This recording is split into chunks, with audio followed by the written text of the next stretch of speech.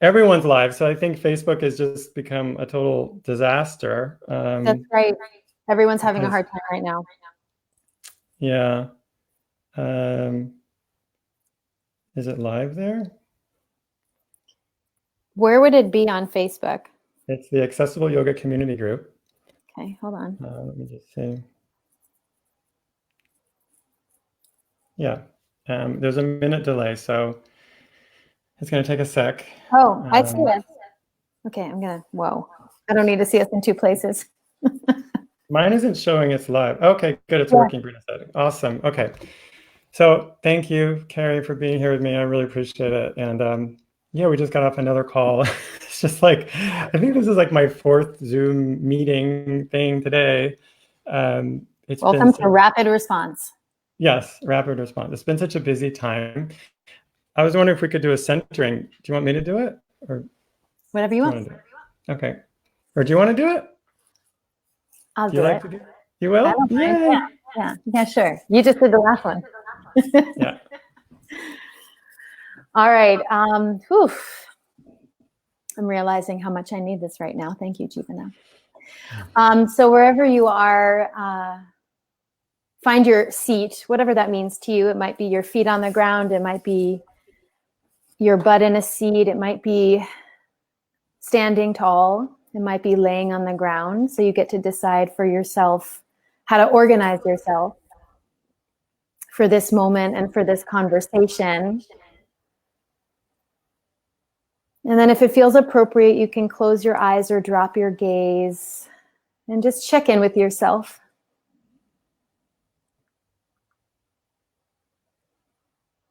Noticing how you are. Maybe noticing what you need in this moment. What's alive for you?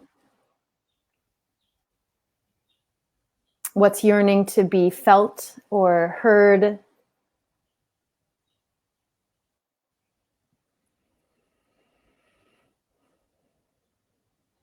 And in the way that many of us hold space for other people as teachers and leaders, organizers, caretakers, can you simply hold space for yourself right now?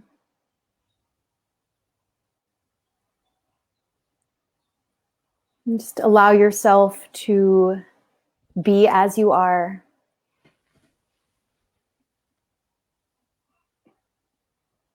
Meeting yourself with compassion and kindness,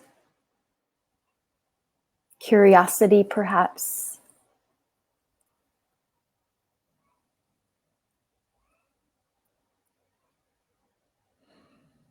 And then maybe listening for whatever question you're holding in your heart about this moment,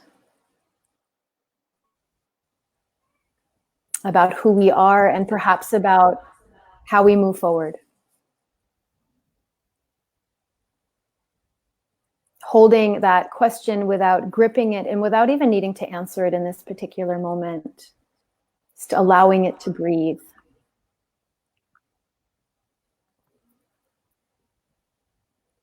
And then taking one more enormous breath here into all of you.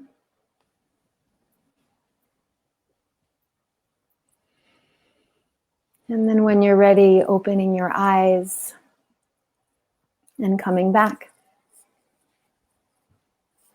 Wow, thank you. That was the conversation I just needed to have with myself.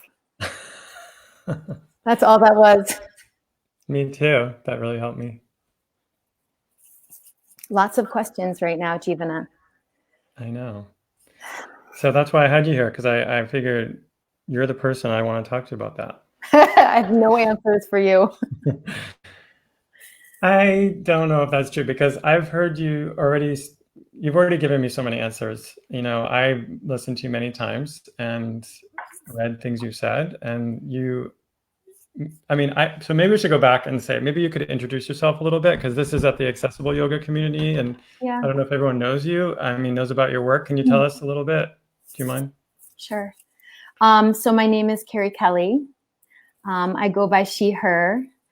I live in Topanga, California right now, but I come by way of New York. I always have to say that because New York is where my roots are at, and probably my pace, quite frankly. My work, I mean, I've been a yoga teacher for 15 years, but my yoga these days is really being an organizer and an advocate for what I believe the politics of yoga should be and should look like. And I think in this particular moment, we're feeling that now more than ever, right? The absence of what it is to be whole in our culture, the absence of what it is to be taken care of, all of us without exception, right? The absence of what it is to be well.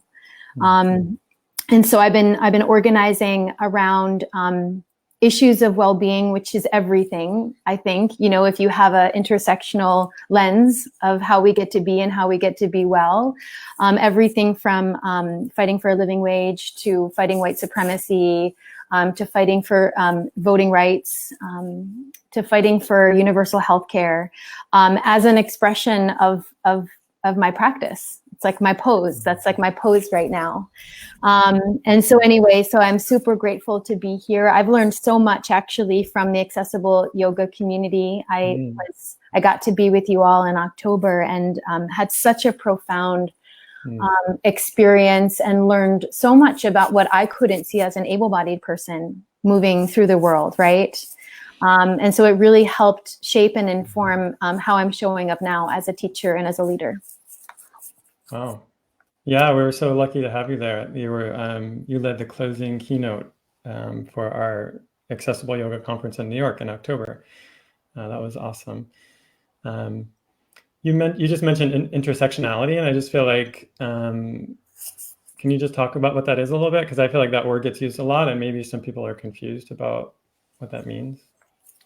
Yeah, I mean, and I think there are a lot of different applications. I always like to like pull up the exact definition, because these words originated with people. So hold on, and I want to honor like who they originated with. I looked at that definition a few months back. I think I actually had this in my speech, but hold on. Yeah, it was in my welcome note. I want to quote Kimberl Crenshaw in particular. There you go. Yeah. Just because I think sometimes that word gets thrown around a lot and we forget exactly the origin of that word. So she coined it in 1989, actually. And she actually has an amazing podcast out right now that y'all should listen to. But the way that she defined it was, hold on, I'm finding the exact quote. I realize you're not supposed to do this when you're on like a speaking thing, but I actually feel it feels important actually to do it. That's funny. Yeah, she wrote that traditional feminist ideas and anti-racist policies excluded Black women because they faced overlapping discrimination unique to them. And this is her quote: because the intersectional experience is greater than the sum of racism and sexism, any analysis that does not take intersectionality into account cannot sufficiently address the particular manner in which Black women are subordinated. So it really speaks to the wholeness of who we are, and all of the interlocking systems that shape how we get to move through the world and who we get to be and whether we get to be well and whether we get to be excluded. And how when we're thinking about how we respond to injustice, how we respond to inequity, we actually have to have a holistic approach in how we see people in all of their many complex identities, and in how we actually take into consideration the ways in which all of the isms and all forms of oppression actually intersect with poverty, actually intersect with policy, actually intersect with the social determinants of health. So that's how I understand it. Thank you so much. Thanks for looking it up. Actually, I really appreciate that. And I agree. It's important to look back at and acknowledge the people who came up with these ideas. And, and they do get thrown around and maybe even misused sometimes, but. And appropriated. Appropriated, yeah. And here, We're like, seeing that happen in yoga all the time. think about what's happening right now with the virus and how this whole, like, I'm stuck on this idea of like, oh, it's not so bad because it's only going to kill people who are immunocompromised or something. You know what I mean? Like these statements that people have been making that are just so. Well, and even that statement, right, means people are going to die. Right. I mean, right, like the like only older people are going to die. Only, right, like you actually have to reckon with that statement, even in and of itself, despite the fact that it is factually incorrect. Right. And I do think it's important to acknowledge that, you know, while this virus doesn't discriminate, you know, inequity does, right? The systems of inequity that we're steeped in actually do discriminate. And so, yeah, some people are more vulnerable to this virus based on their physical condition, which we know many people's physical conditions are determined by the social environment that they live in. So that in and of itself is political. Right. But it also has a lot to do with the social safety net that we don't have, that does not exist. Not just in our healthcare system, but we're seeing a lot of people are being forced to stay home. A lot of people are being laid off. A lot of people are having to stay home to take care of their kids because schools are closed. And without a system of paid sick leave, paid family leave, people are really struggling already in really big, dire ways. I just read something today, just speaking of healthcare, of a woman who was diagnosed with COVID, and her medical bill was $34,000. No, I heard that too. It's unbelievable. I mean, is that being addressed at all? Like, I mean, isn't that what we should be talking about? Well, totally, right? I mean, I think in many ways, you know, I think there's an incredible conversation happening right now about mutual aid and community care. You're seeing the best of humanity. You're also seeing in some ways the worst of humanity, but there is the best of humanity emerging in the way in which people are like really responding to like local needs, really responding and naming and acknowledging and advocating for the people who may not have choice, like people who are incarcerated, right, or detained. So that's a beautiful and amazing thing that's happening, and people are hustling and showing up, and they're sending money and they're sending groceries, and they're right, like that's happening. And I want to acknowledge that there's a cultural shift happening that feels really important, especially given how hyper individualized we are as a society. And it's happening in the absence of a social safety net. And so what's really great about this moment is I actually think we have an opportunity to bridge the culture of community care that we're all starting to live into, in how we look out for each other, right? In how we're reaching out across distance to stay connected and to make sure everyone's okay. And the politics of community care, right? What does that mean though? Can you just stop? Like, what does community care mean? Yeah, well, so I think, you know, community care, or collective care sometimes as it's been called, has meant lots of different things. I think we've seen it for all of time, actually. It's not a new concept, right? And especially amongst marginalized communities who have always been excluded and under-resourced, right? Like they have always had a culture of looking out for one another and making sure people are okay. But community care is often the way in which we show up for the needs of the whole, right? And not just for the needs of myself, or not just the needs of my nuclear family, or not just the needs of my bubble or my people, but actually, like, what does it look like to organize your block and make sure everybody on your block has the groceries that they need? There's actually an amazing color system out there that Nalini Stamp created to help people identify on their homes or on their doors in apartment buildings what their status is, especially at a time where it's dangerous, right, to open the door and to be interacting with one another. There's a really cool color system, color communication system that actually goes back in history that people are using to talk to one another and to signal what they need and how they can help, right? So that's an example of how community care could look like, right, on like a localized level, on an issues-based level, on a personal level. Mia Mingus has been talking about this thing called the pod mapping system. You know Mia Mingus, who's an incredible disability justice advocate and activist, which is all about like map your people, like who are the people that you need to look out for, or that need you right now, that you trust, that you have shared culture and shared practice and shared values with? And how do you actually formalize that and make that something that you can activate, so that you're taking care of one another and nobody is left behind, right? Nobody's falling through the cracks, right? Nobody is so isolated that they can't get what they need in a time where contact is really dangerous. And so we're having to like create new tools, right? Yes. So that we take care of each other. See, this is why I knew you'd have the answers for us. So my question is, how about the yoga community? Like what would community care look like amongst yoga teachers, for example? Yeah, I think it looks like, I mean, part of me thinks it looks like recognizing that, especially within wellness, we have been steeped in a culture of individualism where we have all been, I say all, but I'm making a generalization based on dominant culture, all been sort of out for number one, all been out to build our list, all been out to, and I don't say that to be critical. I say that as a part of this analysis. Like that actually is where we're coming from in many ways.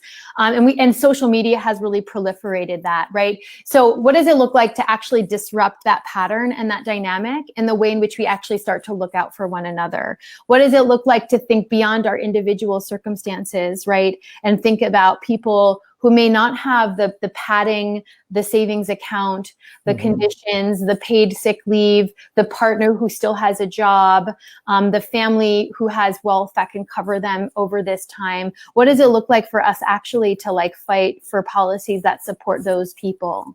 What does it look like for us to actually aggregate our collective power and voices and resources so there's actually income relief for people who have been laid off or out of work? One of the things that we know is that a majority of yoga teachers and even I would say wellness leaders, right, are contract based.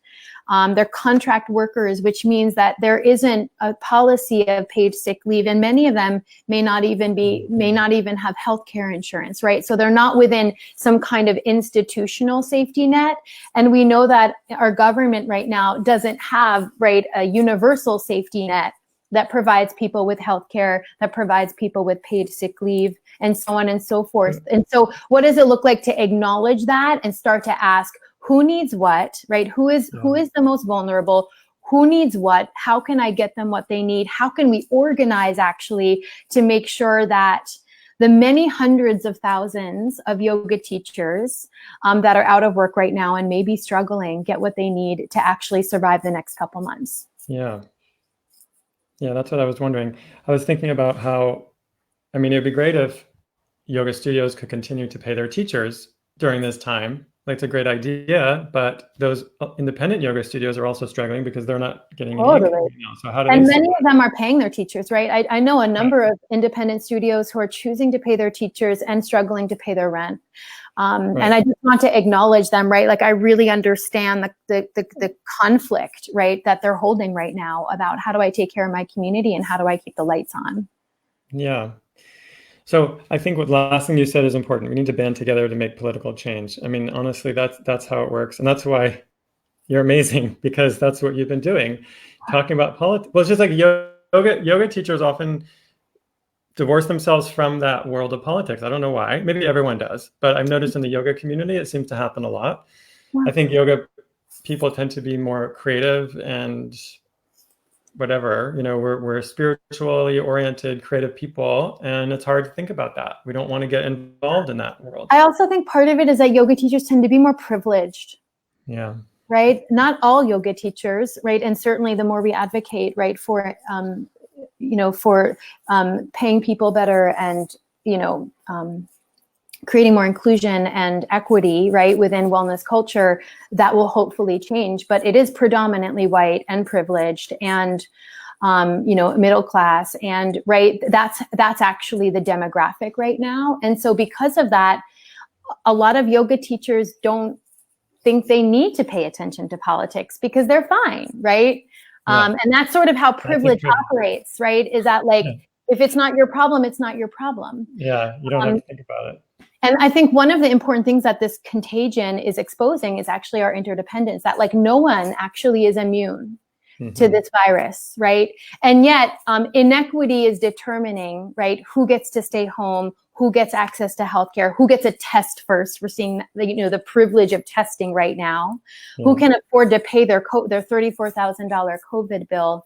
And so I do think in this particular moment, it is an opportunity for us to connect the dots between like the culture that we've been steeped in and a politics of collective care that actually needs to be addressed now, and not only when we're in crisis, right? Because we're going to get through this crisis. Some people will survive and some people won't. Some people may go bankrupt. I mean, like, this is what's going to happen, right? This is going to get worse before it gets better, unfortunately. Because we were so late to respond as a country. And so when we will have, say, responded to the immediate need, if we will not have actually responded to the systemic and the political need, and this virus emerges again, we will be right back where we started. And so it does feel really important, right, to like make that bridge between the culture of community care, the practice of community care, the fellowship, right, of community care, but also the policies and the politics of care that include Medicare for all, that include a Green New Deal that protects workers, but also protects the environment. That includes a wealth tax, right? So that we can actually close this like absolutely insane gross inequity that we as a first world country have. And so I hope that we can, like, one of the things that we're trying to do at CTZNWELL is we're just trying to find our words, right, and create a narrative and a language and a literacy around connecting the dots between like what is happening to you personally, what is happening to your community, and what is happening politically, and how do we actually start to like understand how those two things work together, so that like when we start to organize and advocate, and certainly when we start to vote, because we are about to, we actually know what we need, right? Like we remember this moment and we start to operate politically from that place. Yeah, because I'm concerned. I see a slightly different future, which is that I think that we could get through this. There'll be a lot of pain and struggle, and the ones who will struggle the most are the people who have the least, the people who are most marginalized, the ones who already are living on the edge will be pushed even further. I mean, maybe the government will step up a little, but it seems like too little too late. And what I'm concerned about, though, is then we go back to normal. You know what I mean? There's this effort to return back to the way things were. And actually, in the meantime, what's happened is so many people have actually been pushed off the edge where they're not able to afford their rent, food, basic healthcare. They won't have anything. And we end up in a much worse situation than we were in now. But I wanted to go back to like what yoga teachers could do. Like, politically, like, what is it that we should do? Can we organize ourselves? I know there's like what is it called? Unionized yoga. Yeah. So there's a bunch of different things happening, right? So I do think like one thing we can do is we can get into a practice of mutual aid, right? So I think like we can respond to this immediate moment, and Reclamation Ventures already has started a fund. And maybe we can actually include this in the link. I know you had Nicole on yesterday, but I'm all for like include that link in whatever this chat line is, because there's an opportunity, right, for us to aggregate the very abundant resource that is this community, both in like institutional power. Like we have lots of very wealthy wellness brands worth $4.7 trillion globally, 4.7 trillion globally. Yeah, let's just talk about that for a minute, okay? So what could be a response from that corporate yoga world? Because this is what I've been like, I can't sleep, honestly, because I'm thinking about this like complete inequity, that there's these companies that have literally billions of dollars that they've made off the backs of yoga teachers and students because we love yoga so much. So they sold us clothing and stuff. And I know that there are good people working in those companies, and I'm not trying to like criticize them individually, but the structure is messed up. All the money has gone to them. And here we are in a situation where yoga teachers are literally out of business. We cannot work, cannot make money. Like, those companies need to give us money back, like pay us back.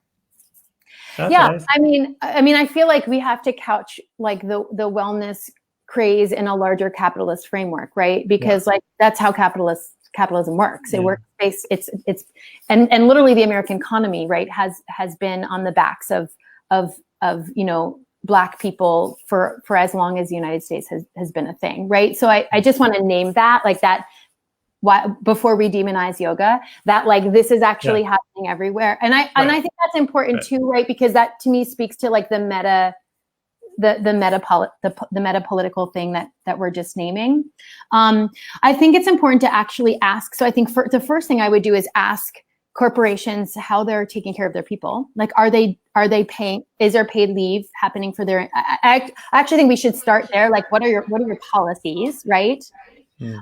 And then for corporations that have benefited off of the sweat, literally, and equity of yoga teachers and yoga studios and yoga culture, I do think, you know, morally, you know, encouraging them to actually contribute to a fund that fills the gap of contract employees within the yoga community who are suffering right now because there's no safety net, right? Would actually be like a really effective and powerful thing for us to do as a yoga community, to say actually, and I think like we can put into the pot too, because there are a lot of us, like, you know, who, and I'm one of those people, like in this particular moment, like I am okay. I don't know where I'll be in 6 months, but I just think like having that radical self-awareness of like, what is my proximity to power and privilege and access and resources and rent, and the ability to work from home actually is relevant to this conversation, right? Because we don't all need the same thing. Yeah. So I think like having that kind of radical self-awareness to locate yourself really matters. And then you can determine like how you can participate, right, effectively and from a place of consciousness, and how we organize and advocate and how we give and how we make contributions to a fund like that. And then the way in which we actually as a community aggregate our voices and our influence and our pressure to say to institutions who have so much more abundance and so much more cash flow, you need to step in here and supplement teachers in this particular moment of crisis, I think would be a really, really powerful gesture, right? A really powerful movement moment for yoga and wellness. I mean, so how do we do that though? How do we do, like, I want that to happen. I want to do that, but like literally, how do we bring our voices together when we've been disorganized?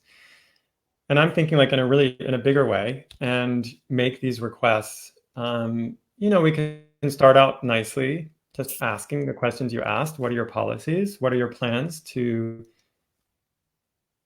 kind of address this inequity? But I mean, I'm not sure how to go about doing that. And by the way, like, just want to say about Nicole, like Nicole's fund, Reclamation Ventures, is literally like a one-person thing. Like she created that, you know, with support of volunteers. It's unbelievable what one person can do. Totally. The only person I know who's giving direct aid to yoga teachers right now. It's just incredible to me. And that no one else, especially with even more access, more funding, has stepped forward yet. I mean, I guess things are early on, but. And I also think we don't know, right? We actually don't have all the information. Like we don't know who's giving what to anyone. We don't have enough data to see, like, I just want to be like clear. Like we just don't know. Upset. I feel you. And I think like, so the first thing I'll say to answer your question is we don't organize corporations, we organize people, right? Like just to be in conversation with corporations is, I mean, like nothing, like it's futile, you know what I mean? So like if we want to organize power, we have to organize people power. We have to organize, right, the 50 million people, the 50 million yogis, the 80 million wellness, you know, enthusiasts that are in the United States right now. And I think one way we do that is through culture shift. Because what I can say as someone who's been organizing this community for 15 years is to get people to do something if they don't believe that their well-being is bound is really hard.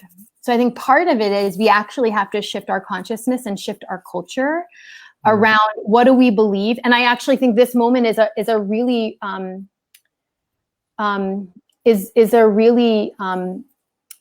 appropriate one, because this virus is actually revealing our interdependence, right? Like nobody gets to escape this virus. And so now we're having a visceral experience of like, oh, we really are interlocked and interconnected. So much so that we're having to isolate ourselves from each other, literally physically distance ourselves.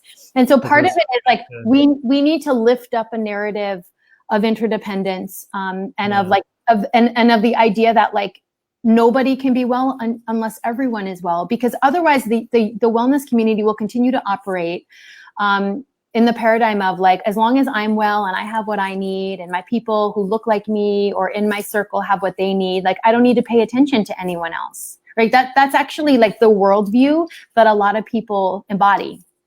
And so I say that because like, as I've been kind of banging my head against a wall for many years, and actually like we have to bring people's consciousness along with bringing their bodies along, right? In like marching and in action, and bringing their money along, right? In the redistribution of resources. Well, I just want to go back to what you said earlier about community care, because I think that self-care is exactly the problem that, and actually Michelle Cassandra Johnson was talking this morning with Amber on one of these calls, and she talked about this point too.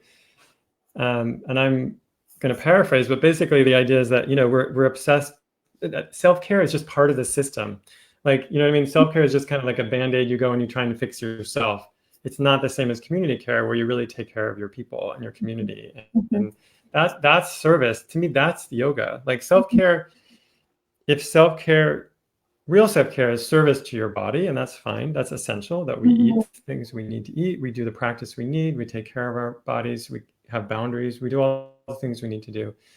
But community care is service. It's yoga in action. It's actually doing things for others, not only things that will serve yourself. It's because you actually love other people. That's right. But if you have a worldview that as long as I serve myself, I'm fine, right? That's sort of, and I think you're right. What you're naming is right.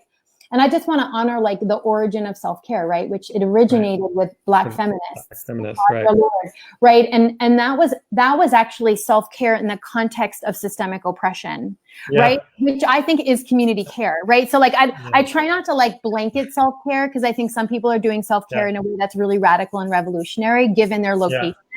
But I think like folks who are like closer to privilege and power, doing only self-care and not doing community care is really dangerous.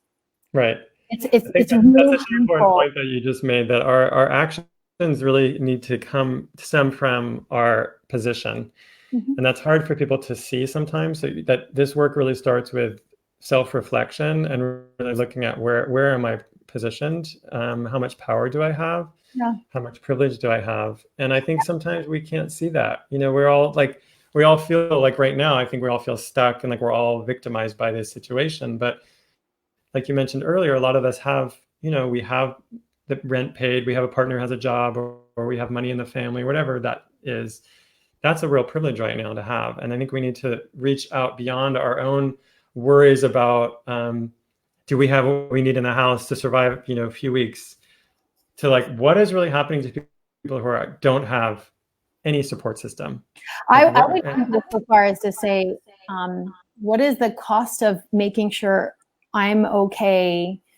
Right? Like we're seeing like the cost of hoarding. The cost of hoarding. We're like grocery store, like people who got to the grocery store first and bought out all of the groceries, and then everybody else has nothing to eat. Right?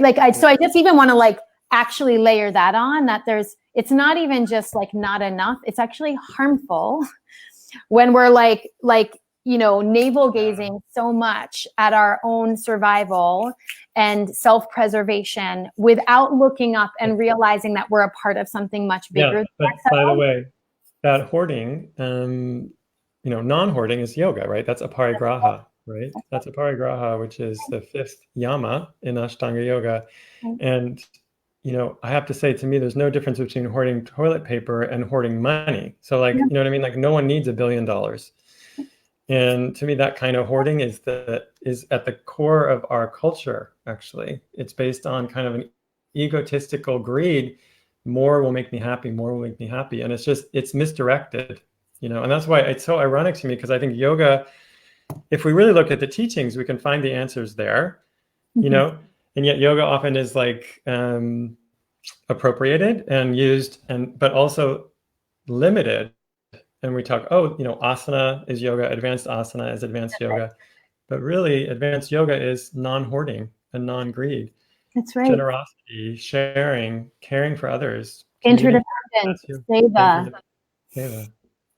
Exactly. Totally. Right. I mean, and that's what I mean by a politics of yoga, right? Because if we were in fact to apply the principles and the philosophy, the consciousness of yoga, of non-duality, right? We would actually get to a place where we would realize that we can't not create a safety net that takes care of everyone. We can't not build a healthcare system that makes sure that everybody is covered. We can't not, right? Like we just can't. And I don't know how, we as yogis, proselytize all the time, like the tenets of yoga, and then do things with our lifestyle and with our money and with our politics that are completely the antithesis of that. And so anyway, so in some ways, like this entire conversation is about alignment. Yeah. Right. I also want to give yoga teachers a break because I do it myself. Like I'm just like that. Because I feel like it's what is that saying, like the fish can't see the water or something, like you don't see the water you're swimming in. That's right. And I think that, we can't really see culture. It's hard to see because it's just taken for granted. This is the way we've been trained. It's almost the way our minds have been trained to function, is in this like greed and hoarding.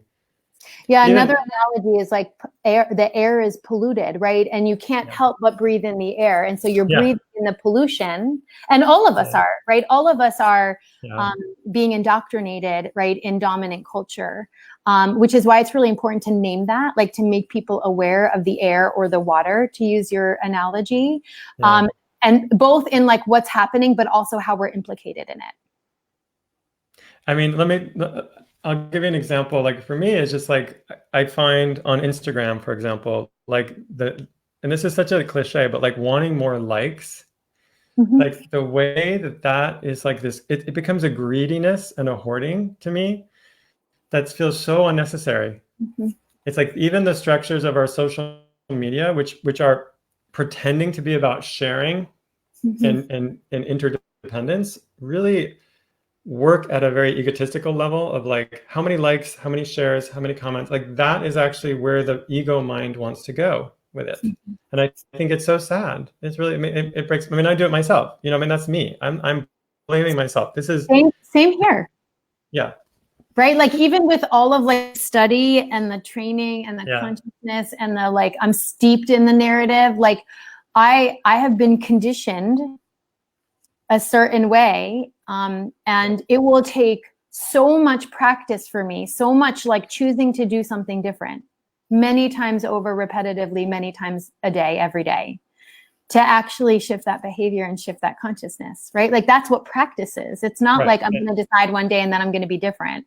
Right. But I think we have to identify the real obstacles to our spiritual path rather than just physical ones. Like we tend to identify like, asanas as the goals of our practice. But actually, to me, the goals are this kind of like clear vision, seeing my ego clearly for what it is. I mean, my ego is great. I need it. I need an ego. I need a mind. There's nothing wrong with it. But according to my understanding of the yoga teachings, the goal is to have clear vision, viveka, to begin to see the difference of these two things. Like what is ego? See the culture as it's happening. Yes. That's what, and actually I was speaking to, Amber Carnes has a group of 200-hour trainees right now, and I got to talk to them 2 days ago, and I was talking about the Yoga Sutras and how in chapter 2, many people don't talk about it, but to me the whole leading up to Ashtanga Yoga, where Patanjali introduces the 8 limbs, he actually says the reason you do the 8 limbs is to cultivate viveka, or discriminative discernment, clear vision. And I feel like that concept is like thrown out the door. Yogis don't want to think about that clear vision. We always talk about like empty mind or quiet mind, and that's not even it.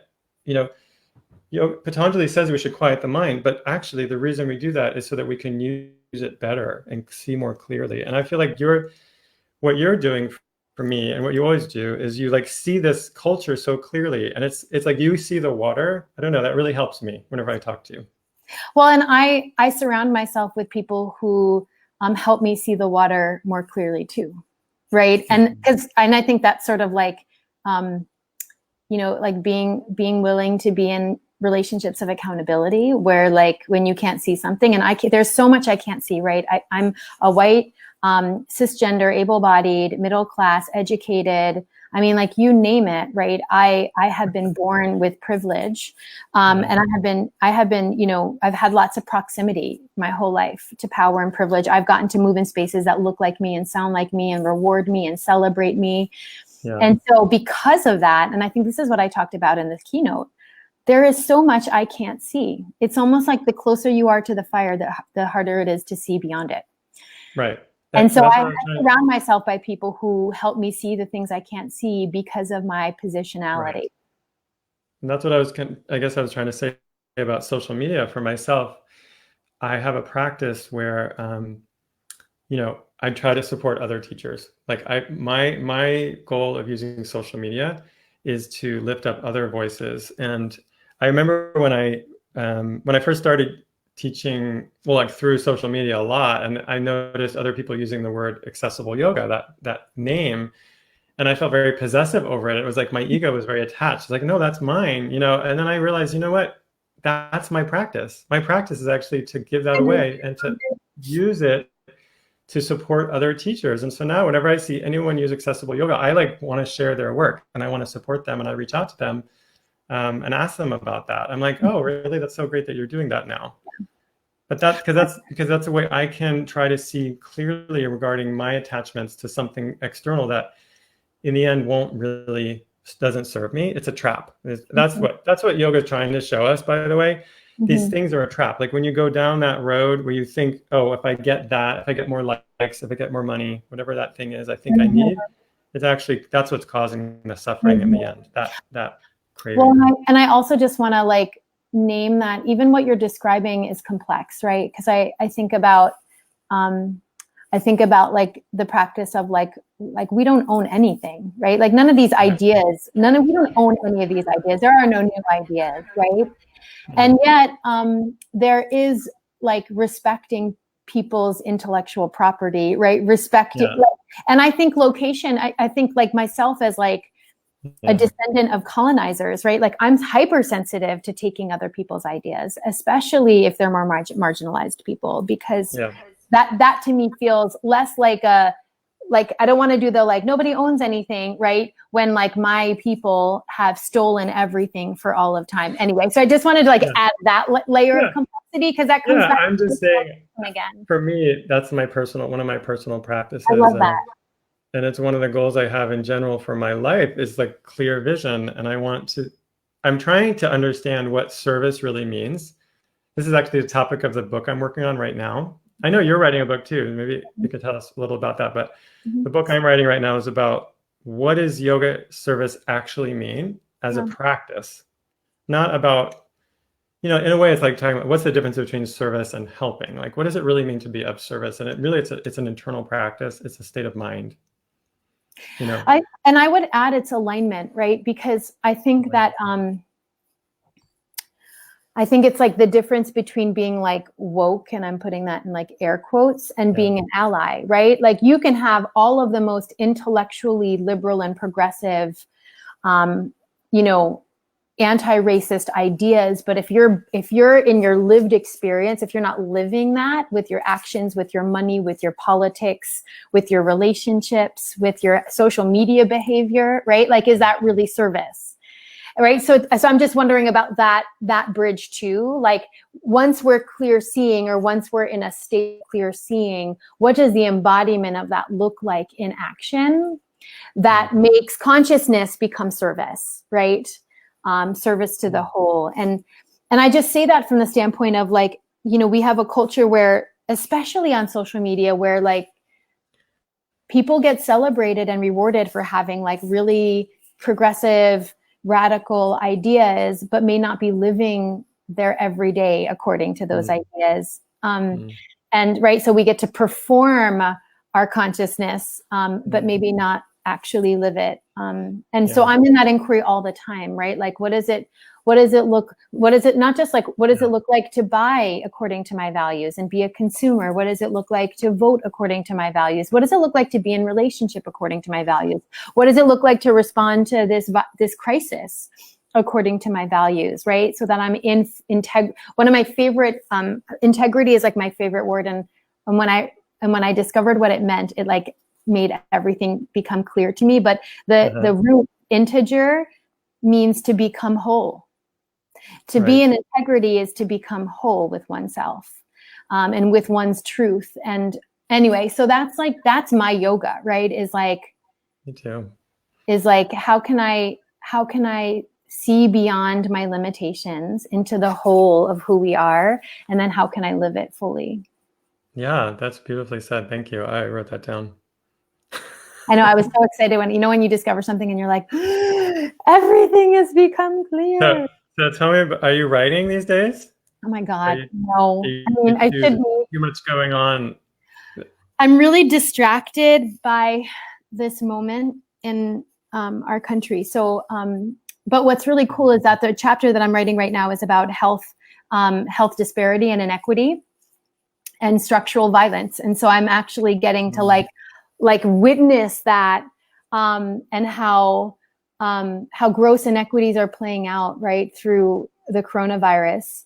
And we're seeing it loud and clear and in real time as I write this chapter. And so that feels, I don't know what the word would be, but appropriate, and helpful. So it's not like just a concept, but I'm actually getting to apply a lot of this wisdom in real time, and in action, right? And in an inquiry around like, what does it mean to respond? Like, how do we respond to deep health inequities?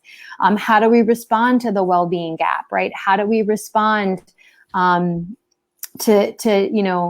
the lack of a care infrastructure and policies of so are you gonna have to rewrite your whole book then?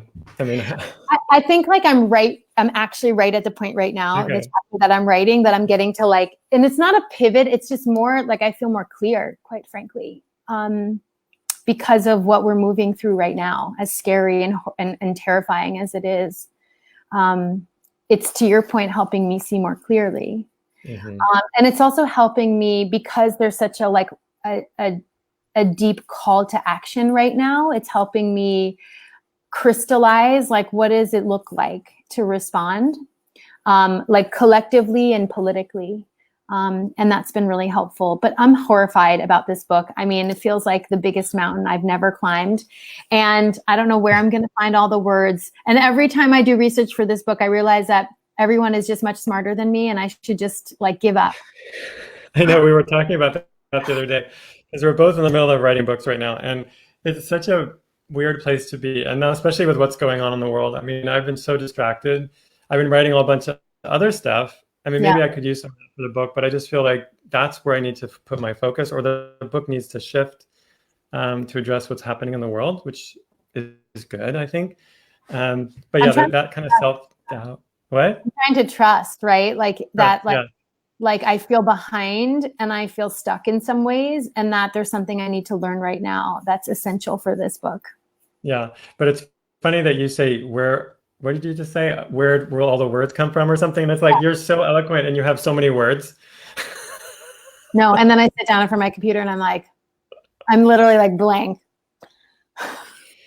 Yeah, so, it's funny. I have this, I've noticed what I do is that my mind often, like first thing in the morning when I wake up, my mind is like already writing something. Mm-hmm. Like I'll be like writing in my head. And what I used to do is just like let that go. And then I would go write later. But what I realized is I can just write that down. So right away. I've tried a few different ways. Yeah. Like speaking into a phone or speak to voice text to get some words down right away. Yeah. Or I'll be in meditation. This is the worst. And I think it's my mind just not wanting to meditate, honestly. Like I'll set in meditation, all of a sudden like, oh, this great idea comes, like, blah, blah, blah, so that's really fun. I'm with you. Like I used to be like mental note, save it for later, keep meditating. And now I'm like, oh no, I'm like I bring my notebook. I'm like, I need to write that down. That was really good. And every time I feel inspired, I try to stop everything and write, because I can't control when the information is coming. And I keep I can, and I literally just waste tons of time just staring at my computer. And then I'm like, why am I doing this? I should get on Twitter. I should, I should organize something. I should call someone. Yeah, so because those times when I force myself to write, it takes a lot longer. Like it'll come, but it's like I have to get through a lot of stuff, and I end up having to throw a lot of that away before something useful comes. So it's true. Like when inspiration comes, we need to take advantage of that moment, put it down somewhere, and then try and come back to that later. Because I know some writers who like write on a schedule, and that does not work for me. I'm trying to, but it's the life, you know. But I will say, you said trust before, and I'm really trying. I think you said it actually. Well, you said self-doubt, and it made me think about trust. Oh yeah. Because I'm wasting a lot of energy being really panicked about what I'm not doing. I mean, this is scarcity culture, right? Like I'm behind in my chapters. I'm not writing enough every day. I'm getting too distracted. I'm putting all my work before my book. No. The words aren't coming. It's not clear enough. I suck as a writer. I mean, like really, like all of that is going through my head all the time, and how wasteful that is of my energy. And so I'm really trying to. This morning I woke up and I said to my partner, I said, you know, I want to be grateful that it's taken me this long to write this chapter, because what I'm really writing about is what's happening in this moment. And had I rushed that, I would have missed that opportunity. Yeah. And so I'm just trying to like trust, but it's a scary moment to trust. And it feels more necessary than ever, you know, with everything up in the air, with so much uncertainty, with no security and no ground underneath us. I mean, this is the moment Pema Chodron has been preparing us for. Yeah.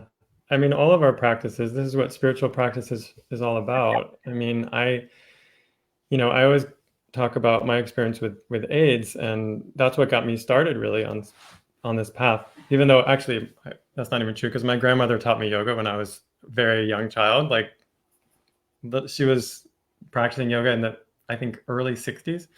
Wow. But it wasn't until after college that when I was dealing with AIDS and people were literally dying around me, my friends, then I was like, I need someone someone show me like help. I was like, help, I need help. This is crazy. Like people sick and dying all around me, and what can actually help me? What could give me some support, some answers? There was nothing. But then I looked at the teachings and I realized, well, actually, that's exactly what yoga is about. That's what spirituality is about, is that, you know, this is temporary and it's going to go for all of us. We're all going to get sick and die. Well, we may not all get sick, but we're going to die. Probably get sick on the way. Maybe get old if we're lucky. Yeah. But we're all going to die, and it's painful to think about that, but I think that's spirituality. Actually, I often say that yoga is preparing us for death. And then we practice in every class, right? We practice Shavasana at the end of the class to prepare to be a corpse. And I think that's an essential thing to remember. I think so too. And I thank God that my activism is rooted in that, because it really has helped me hold the messiness, the complexity, the contradictions, right, that we're living in right now. And I know that I can't control how this plays out. I know that I can't control when I die or when other people die. And my big and here is, and it is clear that there are systems in place that are causing premature death. Right. And so like, how do I separate my like spiritual wisdom about having a healthy relationship with death and impermanence? Yeah. With what actually is preventable and just. And I have to sometimes, and I say that because I have to sometimes tease those two things apart, so that I hold that like wisdom and that deep knowing, right, for myself and for others. But I can also see where things are not the way they're supposed to be. Yeah. them. If we have a couple minutes, can I just read you from the Bhagavad Yeah. Gita? I have my computer on top of it. Actually, that's not very respectful, but that's where. But I mean, I was just thinking about this passage. This is in chapter 3, sloka 26 in the Bhagavad Gita, and Krishna says, "A wise person will not disturb the mind of an unwise person who is still attached to the fruits of his or her actions. But by continuously performing perfect, selfless actions, the wise person influences others in all they do." Mm-hmm. And what that means to me is like, spiritual teachings aren't really about like pushing them onto other people and saying, okay, I know better than you, and this is what you should do. You know, so like if I'm a wise teacher, I'm not going to tell someone else what they should do or not do. Right. All I can do is actually be an example, and I have to practice what I preach. That's what we're being taught in yoga. Like, stop talking about it, like I'm doing right here. I mean, which is what I do. I know you try to live it. Huh? I know you try to live it. Well, because like honestly, I'm nervous. What's the word? Anxious. I'm anxious too. Like this whole thing, even though yes, I'm intellectually comfortable with the idea of death, it is horrifying. I don't want to see anyone I know or anyone related to them get sick or die. It's horrifying, scary, and yet I know intellectually and in my heart that that's life. Yeah. But it's not easy. Yeah.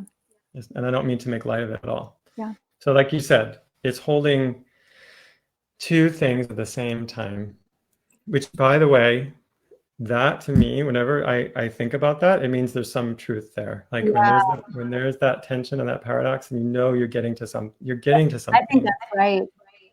Yeah. That's the spiritual truth. I'm really sad I can't see your face anymore. What happened? Really? I'm still here. I don't know. I'm still here. Okay. But you can see you on your end? I can see me. I don't know if other people can see me, but we can wrap it up. I think it's just about an hour, and I don't want to, I know we've both been very busy today. I just want to thank you. I want to thank you for being here and for what you're doing and for your education. I mean, I really feel like you're educating the yoga community about how to be an activist, how to be political, how to be of service. Yeah.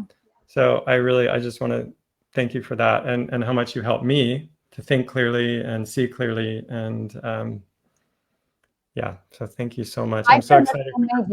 I feel like you have taught me so much and helped me see things that I couldn't see before, which is what I love about being in a relationship with people, is that like that's actually the gift that we get, is that we get to see different things through one another.